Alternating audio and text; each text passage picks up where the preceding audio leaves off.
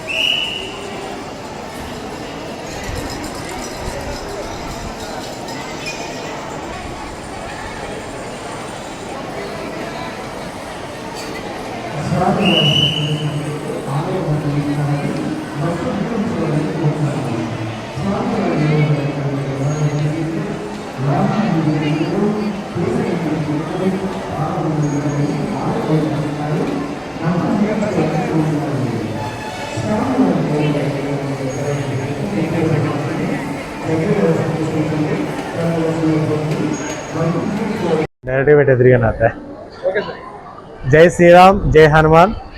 ఏలూరు జిల్లా జంగారెడ్డిగూడెం మండలం గురువాయగూడెం గ్రామంలో స్వయంభూమూర్తిగా కొలువై ఉన్న శ్రీ మధ్య ఆంజనేయ స్వామివారి దేవాలయానికి ఈరోజు శ్రీ స్వామివారి ప్రీతికరమైన రోజు మంగళవారం జయవారం కావడం వల్ల ఉదయం 4 గంటల నుండి మా దేవస్థానం అర్చక స్వాములు స్థానాచార్యుల వారు సమిష్టిగా వివిధ కైంకర్యాలు చేసి ఉదయం 6 గంటల నుండి భక్తులకు దర్శనం ఏర్పాటు చేశారు. ఈరోజు విశేష పుష్పాలంకరణ కూడా చేయడం జరిగింది. భక్తుల సౌకర్యార్థం 2 క్యూ మార్గాలు యథావిధిగా ఏర్పాటు చేయడం జరిగింది. 1 ఉచిత దర్శనం, 2 గర్భాలయ దర్శనం. భక్తులు ఏది సౌకర్యవంతంగా ఉంటే ఆ క్యూ మార్గం ద్వారా శ్రీ స్వామివారిని దర్శించి అనంతరం మండపంలో ప్రసాదం, తదనంతరం ఉదయం 11:30 దగ్గర నుండి అన్నప్రసాద భవనం నందు అన్నప్రసాద వితరణ కూడా జరుగును. ఈ కార్యక్రమాన్ని భక్తులు వినియోగించుకుంటున్నారు. వేసవికాలం సందర్భంగా మొన్న ఉగాది నుండి మజ్జిగ చలివేంద్రం కూడా గడపడం జరుగుతుంది.